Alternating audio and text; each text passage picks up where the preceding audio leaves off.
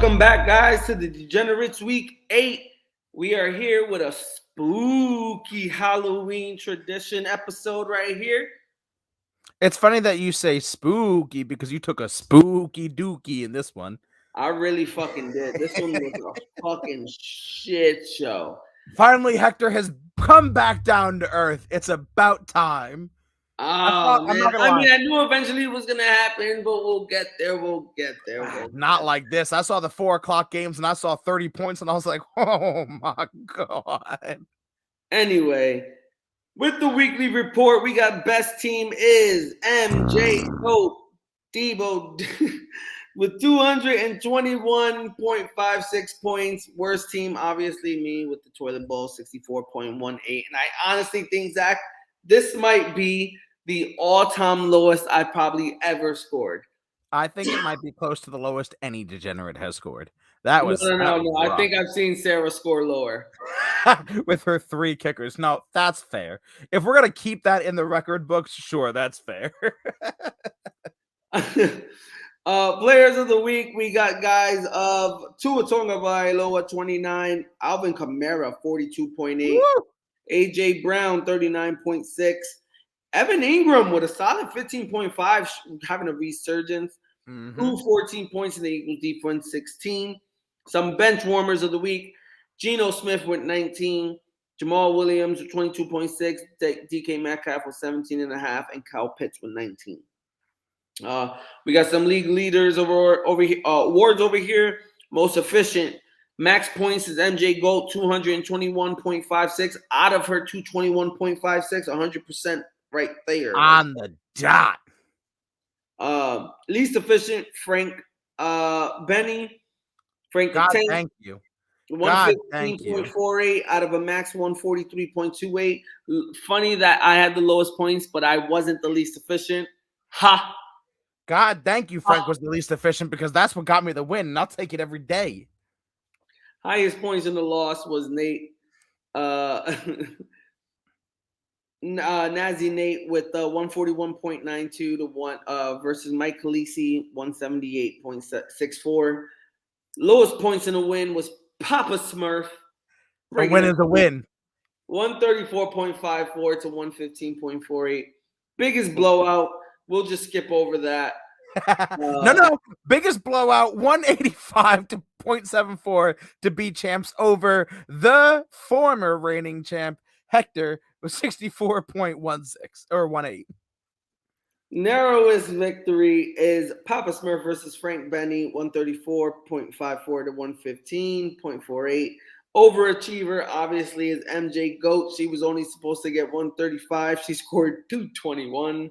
Has anyone overachieved by 100 fucking points before? Jesus. Seriously. And then underachiever is me, obviously. I was only expecting 114.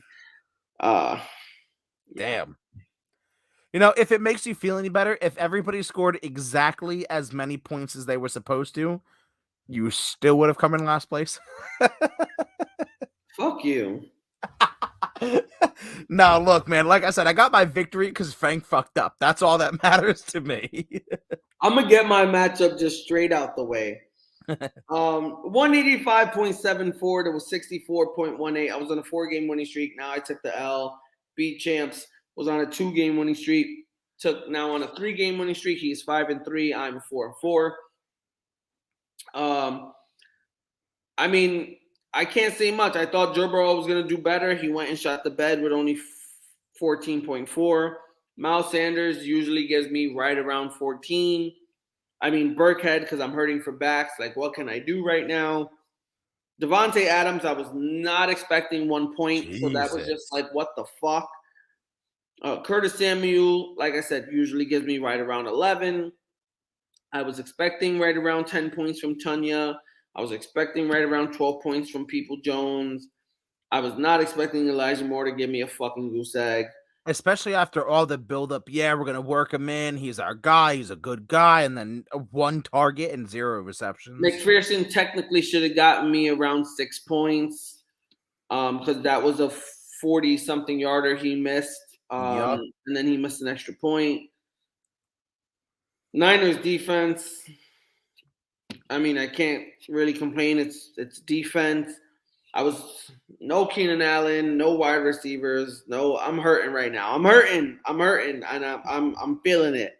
Yeah, I mean, you could have put in Darius Slayton over Elijah Moore, but whoo, a whole 11 points. Like, that's not going to do shit for you.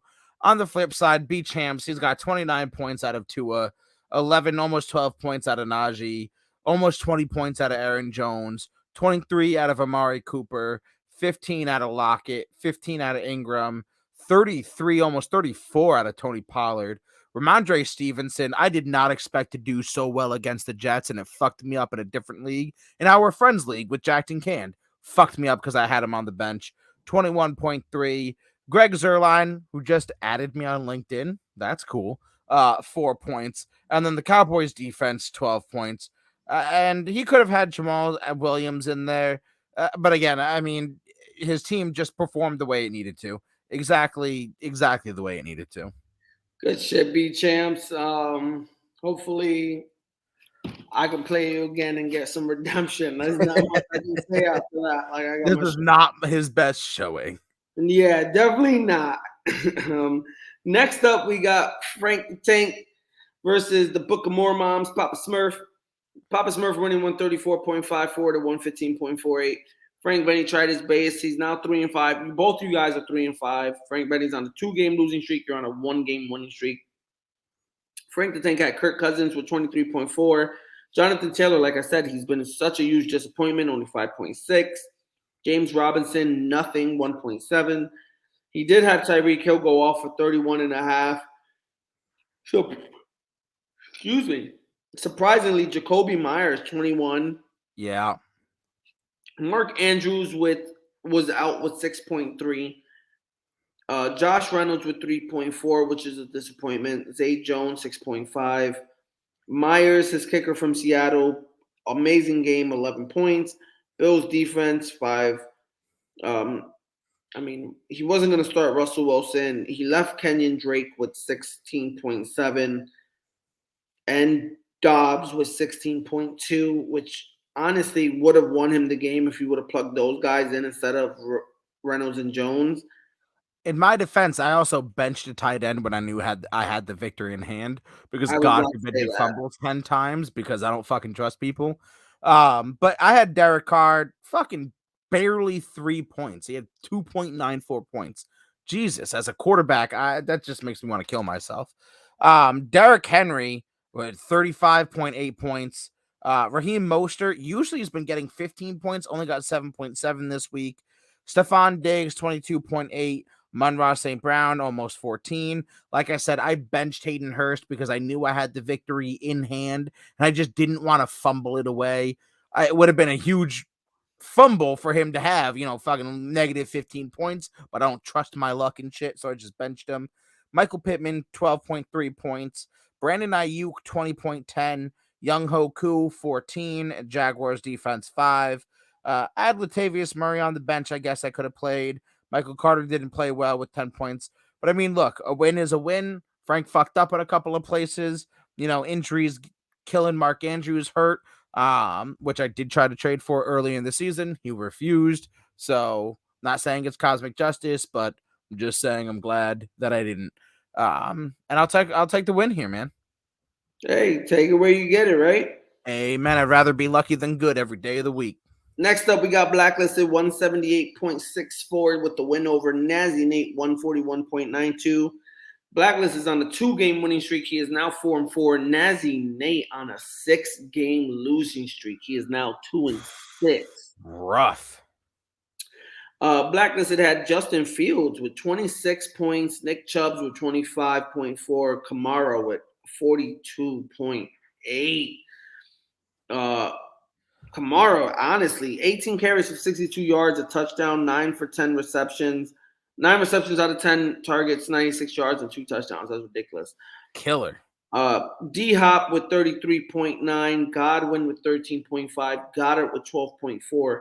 Damian Pierce with 14. Gus Edwards with 6.5, which was questionable. Kenyon Drake ended up coming in and having a ball-out game. Carlson gave him nothing because they were useless. and the Ravens defense with 4, and he still managed fucking to blow him out, kind of. Yeah, With no I kicker. mean, between Chubb, Kamara, and Hopkins, that's the big three right there. Nate's side, he gets an identical 26.64 out of Murray. Mixon kind of underperforms at 13 points. Deontay Swift at 14.3. Scary Terry barely overperforming at 16.6. Olave 10.2. Taysom Hill 8.28. That's the thing. Taysom Hill is either feast or famine. He's going to go out for 40 points, or he's going to give you your standard like 5 to 8. Then DJ Moore with a nice game, 27.5. Garrett Wilson with a decent game, 17.5. McManus 3 points. Buccaneers defense with 5. Really, it just comes down to, like I said, Chubb, Kamara, and Hopkins. Like when you have 25, 42, 33, like that's a hard row to beat. And unfortunately, Nate just couldn't And he overcome had the bench points. Kareem Hunt 11.2, Metcalf 17.5, Claypool 12.5. Yeah, but that doesn't surmount 30 points. He still loses even if he's perfect. Yeah. Oh, that's rough, Nazi Nate. Usually you're one of the tough ones in the league. On a 6-game skid, that's rough. Next up, we got his brother, Nick Greendale Human Being versus Monkey, the widow-making Death Jazz. Greendale Human Being winning 141.1 to 99.04. Greendale Human Being is now 4-4. Monkey is now 5-3.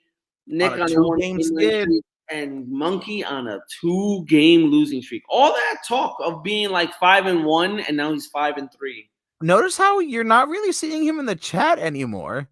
Right? I don't get my daily shit talking out of Monkey. He's kind of faded into the background, crazily enough.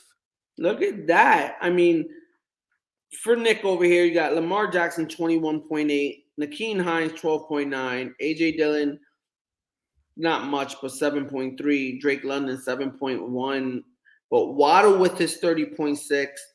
The second gets 12.8, Higgins 13.9. And Higgins was a close one. That was a late in the game touchdown that would have gave him something. Cooper Kupp 22.9. Barr gives him 7 points as his kicker, and Colts give him a solid 5 points. Not much else really on the bench, couple 7-pointers, but 141 points, well enough for the 99 points that Monkey put up. Yeah, man, and Monkey was hurting. He had Patrick Mahomes and Travis Kelce on a bye this week, so he started Jared Goff, who got him 18.6 points. Brian Bullets Robinson only got him 2. I don't think that's really ever going to emerge into a honeymoon stage. Playoff Lenny getting you just about 15. Justin Jefferson underperforming at 15.8. Gabe Davis is such a crapshoot, 5.5. Greg Dulcich is a good tight end pickup at 12.7. Devin Singletary, you could just mark him out now that they have Nyheim Hines at 9.3. Cortland Sutton at 2.3. I don't know why he's fucking with any receiver on the Denver Broncos. Ryan Suckup giving you 10 at the kicker spot, and then 8 out of the Bengals defense. Despite how shitty they were, 8 out of their defense is not terrible at all. And again, Mahomes on the bye, Tony on the bye, Kelce on the bye. He's got Gallup and Wilson were the only. He's relying on that KC offense. Well, that's exactly. He's talking to all this shit, and it's like, bro, all of your points come from Mahomes and Kelce, and you act like you were some fantasy genius because you managed to put that together. Like, yes, you still drafted them, but it's really not that big of a strategy. Like, okay. Next up, we had the Battle of the Sisters. Christy was trumped her in the playoffs. We had MJ Goat versus Christy Baby Got Dak. Christy is 3-5. Melissa is now 6-2. Christy on a 1-game losing streak. Melissa now on a 6-game winning streak, opposite of Nazi Nate. With the 221.56 victory over a 111.2 loss. MJ Go over Christy. Wow. Firing on all cylinders. Seriously, I mean, Christy tried her best. She had 26.4 from Dak. Henderson didn't show up with 5 points. Benjamin didn't show up with 8.5 points. Jerry Judy 18.3, Mike Evans 18.3, Schultz 13.4. But Devontae Smith got overshadowed by AJ Brown's game. George Pickens actually got fucking bullshitted on 2 of those calls, which would have gotten her points but wouldn't have helped her. Elliott 5 points, just defense 9 points. I mean, nothing on the bench right now. It was just a domination. Yeah, and I mean, look, and we already talked about it. Melissa had 221 points, and she had 100% of the points she could make. I mean, Jalen Hurts, 28.4. McCaffrey, 40.26. ETN, 25.2. AJ Brown, 29.6. And then we start to quote-unquote shit the bed. You've got Campbell, 9.1. Hawkinson, 11. And Walker, 12.2. And then we're back to Deontay Foreman at 31 points and almost 32. Graham Gano at 8, and the Eagles defense with 16. She had a lot of injuries on and bye weeks on her bench, but it just didn't matter.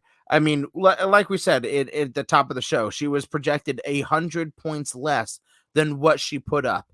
If she put up what she was expected to, she still would have won, but we wouldn't be looking at this game like, oh my fucking God. Just everyone produced for her this week, straight top to bottom. Seriously, and I'm actually thinking about making a trade with her, but I'm contemplating. Yeah, and she's still on this whole everyone's on a fire sale. I don't know. Why? Why would you do that? Everyone's killing it for you. Seriously, next up we got good shit, Melissa. I mean, you're dominating, and you're whatever. If I'm right, you're back on top of the league in when it comes to standings when we get there. I still have some sus thoughts, but but good on you, man. You're killing it, and if you end up winning the goddamn chip in your second year, hey, as long as it stays in the family. Boo. Next up, we got Marcus Captain Cook versus QA, the team slink dicker. 138.92 to 118.2 in favor of the QA. Yeah, I mean, a decent matchup. I mean, Marcus is still living and dying by Trevor Lawrence with 8.8. Dalvin Cook, 25.1. Saquon Barkley, 15.2. Christian Kirk, 7. His receivers hurt.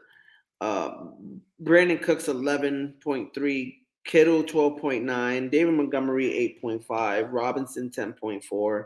His kicker Bass got him 10. Patriots, 9 points. I mean, 118 points. You can't complain, but I mean, Herbert gave him 15.9 on the bench. Duvernay 16.4. You can kind of plug him in, but I don't think it gets him over the hump. Nah, it definitely doesn't.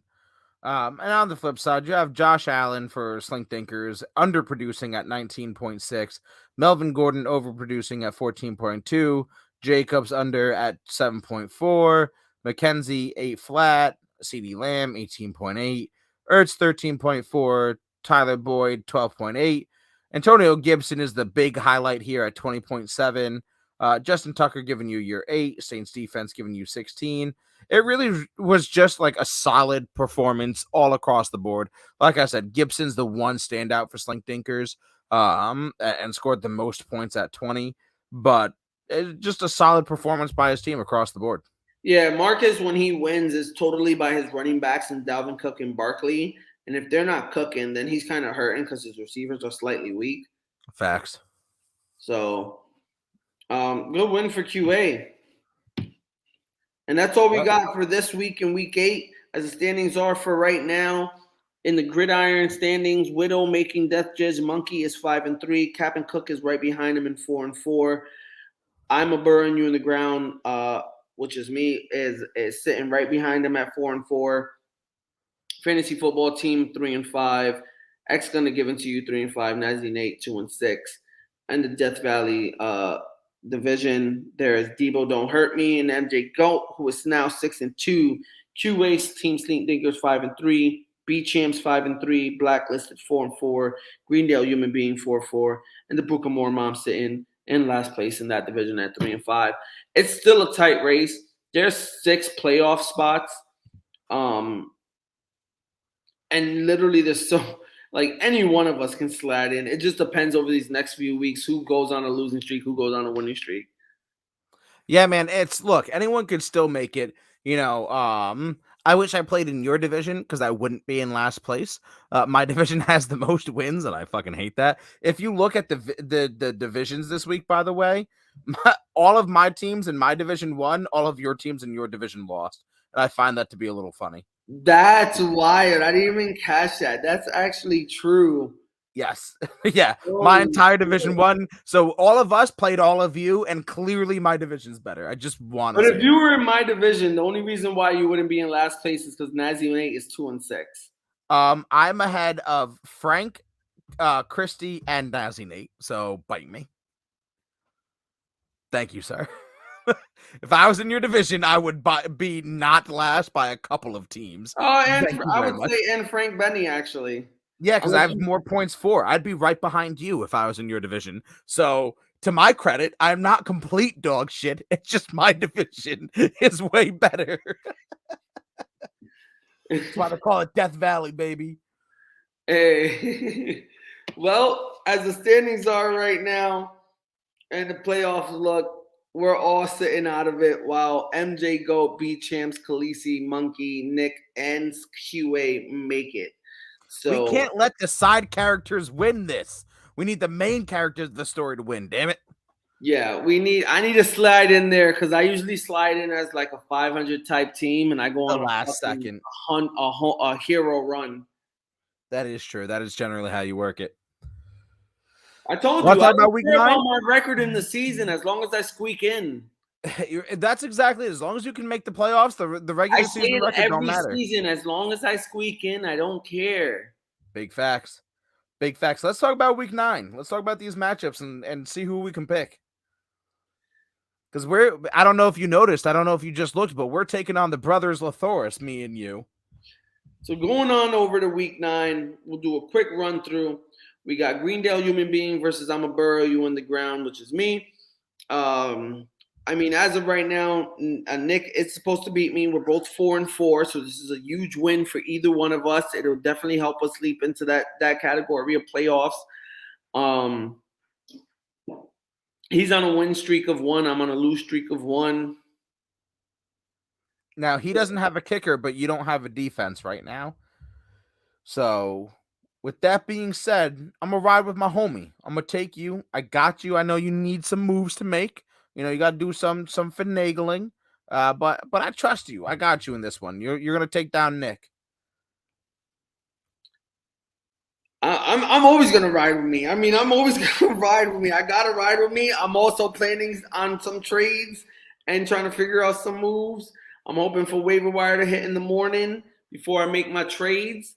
So stay tuned. I'm definitely gonna ride with me. I'm going back on the winning streak. I'll be 5-4. I fucks with it. Who we got next? Next up, we got Fantasy Frank the Tank versus Blacklisted. Frank on a 2-game losing streak. He's 3-5. Blacklisted 4-4 on a 2-game winning streak. As of right now, it's a freaking really, really close game. But we don't know what moves they are or not going to make. Andrews is out right now. For Frank, questionable. Blacklisted got a few. So I'm gonna take Blacklisted in this, and I'm gonna take Blacklisted in this because of Justin Fields. I think he has a game against Miami. I'm going to take Blacklisted in this just because look at his running backs and his top receiver. Like D-Hop's going to go off against Seattle again. Pierce and Kamara. I believe Kamara goes off on Baltimore. I think Pierce gets decent numbers against Philly. I don't know. Philly's defense is tough. But no, I'm still staying with Blacklisted, but I'm going to go Blacklisted. Yeah. I like it. Next up, we got Nazi Nate versus Papa Smurf, the Book of More Moms. 2-6 versus 3-5. 6-game losing streak versus 1-game winning streak. Jay Herbs better have a game against Atlanta. I swear to God, he better have a game against Atlanta. Obviously, I'm riding with me. He doesn't have a kicker right now. Brandon McManus is on a bye week, so he needs a kicker. But I'm favored to win by 17 points. A kicker's not going to get you that. I'm still taking me. I'm riding with the breaking down the tape crew. I'm sorry. Papa Smurf's going to go on another tear, 4-5. Nazi Nate going on a 7-game losing streak. You're looking like the new Sarah. Sorry, man. Next up, we got Monkey versus B Champs. 2-game losing streak, 5-3. 2 5-3 teams. 2-game losing streak, 3-game winning streak for B Champs. B Champs got a couple buys. 1, 2, 3. He got 4 buys. He got some moves to make. Yeah, he's got to put in the work. And Monkey's got Mahomes and Kelsey coming back against Tennessee, so they're gonna have big games. Damn. I'm gonna give it to Monkey in this, but only because of buys. Now, see, Monkey's got Singletary and Gabe Davis against the Jets defense. I want to roll with them there. I don't know. B Champs, B Champs buys. We already know how weak our waiver wire is. Yeah. That B Champs is reaching for a long shot to make up for what he got on buys. He does have to. Yeah. I really want to take the underdog here, especially because it's against Monkey, but I got to take Monkey in this for the same reason. He's really got to do some mental gymnastics to put together a team this week as far as B Champs go. So I'll take Monkey in it. Yeah, the only reason why.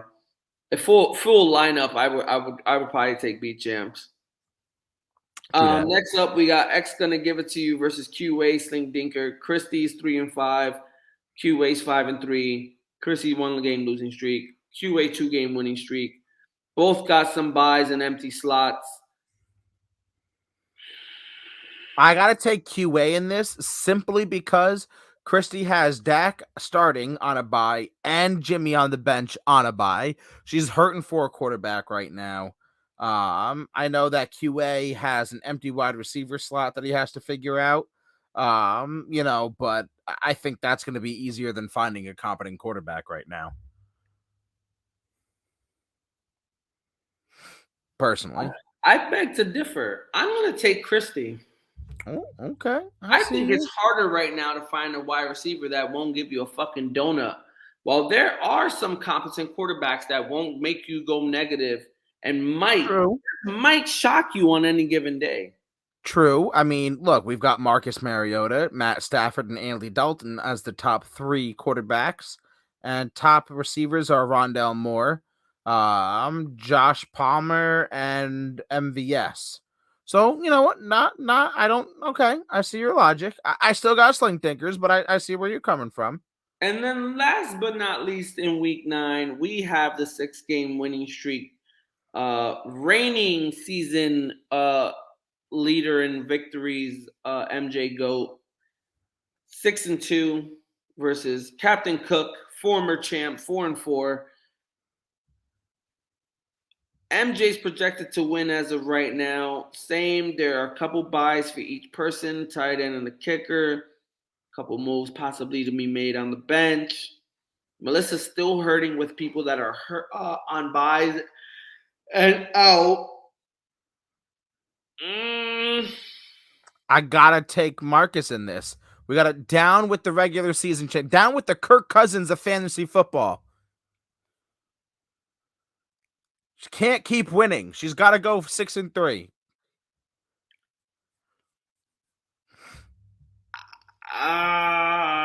It's hard to. I'm telling Marcus. I'm telling Mark. I'm sorry, I can't. I'm going MJ GOAT. I gotta go MJ GOAT. Damn, the future marriage got to him. His receivers, man. I just don't see his receivers. It's easier for her to replace Lazard if he's out than it is for him to try to compete with Brown. Those running backs. I don't disagree. I'm just being purely emotional in this pick here. It's based off of no analytics other than pure emotion. And that's all I said. Sort of said. Stay tuned for next week. Like I said, the standings are still close. Anyone can still squeeze in. There's a lot of guys that are 500, barely below, barely above. I'm starting my comeback here. We're gonna go on this a is all streak. I feel like the Jets right now. Like I need to win the next like 2 or 3 weeks. I was just setting up for a dramatic comeback, and now you're about to see the most. I'm already on pace to make the playoffs in 3 out of 5 leagues. Well, now 4 out of 5 leagues because Jacked and Canned League, the Breaking Tapes and Jack and Cans, all 6 of us are going to make the playoffs. I mean, there's 6 teams. I don't know how to do it. Do I send 2 in? Do I send 4 in? Nah, fuck it. Make it all. I mean, part of me says, fuck it, make it all 6, but that's an off-air conversation. But so far, I'm scheduled to make the playoffs in 4 out of 5 leagues. This is the only league that I'm not. So this is my dramatic comeback. I'm going to win 5 out of 5 leagues. Period. Comeback, baby. No, apparently, I'm shipping the trophy in this league to Hawaii. Someone thinks it's going to Delaware. The other person thinks it's fucking going to New York. I think me and Chrissy think it's staying here. You think it's going to PA. Clearly going to PA. Thinks it's going to fucking float to Colorado. I don't know. The what is it? The story of the traveling trophy, right? The story of the sisterhood of the traveling pants. This is the brotherhood of the traveling trophy. We're gonna get there eventually. League of the traveling trophy. There you go. That's the name of the episode right there. That's it. That's all I'm done.